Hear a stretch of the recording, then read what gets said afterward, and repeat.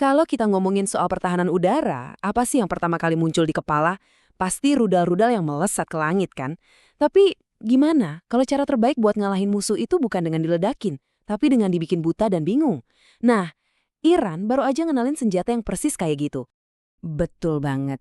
Fokusnya itu bukan lagi di daya ledak, tapi di kemampuan buat memanipulasi medan perang yang bahkan nggak bisa kita lihat pakai mata telanjang. Ini adalah pendekatan yang sama sekali baru dalam sebuah konflik. Oke, jadi apa sih sebenarnya sistem Sayat 4 ini? Yuk kita coba bedah bareng-bareng. Gimana caranya dia bisa menciptakan sebuah perisai pertahanan yang benar-benar beda buat Iran? Nah, ini dia namanya, sistem perang elektronika Sayat 4. Tujuannya juga spesifik banget, bukan buat menghancurkan, tapi buat mengacaukan jet-jet tempur paling canggih dari barat. Kita ngomongin soal F-35, F-16, sampai F-15E yang jadi tulang punggung kekuatan udara Amerika dan sekutu-sekutunya. Dan ini nih poin yang paling penting buat dipahami. Coba deh, lupain sejenak soal rudal dan ledakan.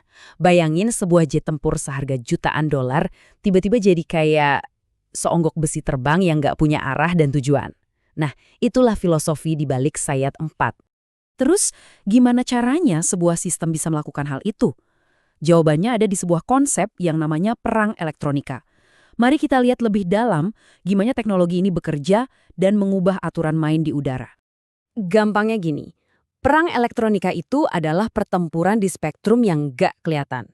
Ini semua soal mengendalikan sinyal radio, radar, dan GPS. Siapapun yang bisa menguasai spektrum ini, dia bakal punya keunjungan yang luar biasa di medan perang modern. Bedanya itu benar-benar fundamental.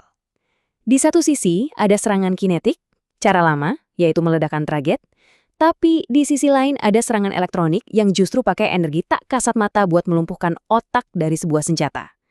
Sayat 4 ini jelas memilih jalan yang kedua. Cara kerjanya itu berlapis-lapis. Pertama, sistem ini bakal mengacak sistem navigasi, yang bikin bom pinter jadi bodoh dan pilot bisa kehilangan arah. Kedua, sistem ini diklaim mampu mendeteksi pesawat siluman dengan cara mencari jejak-jejak elektronik super kecil yang ditinggalkan. Dan terakhir, dia bisa secara aktif membutakan radar musuh, jadi mereka nggak bisa melihat atau mengunci target sama sekali. Ini adalah serangan elektronik yang sangat komprehensif. Tapi, tahu nggak? Teknologi canggih ini ternyata cuma setengah dari ceritanya.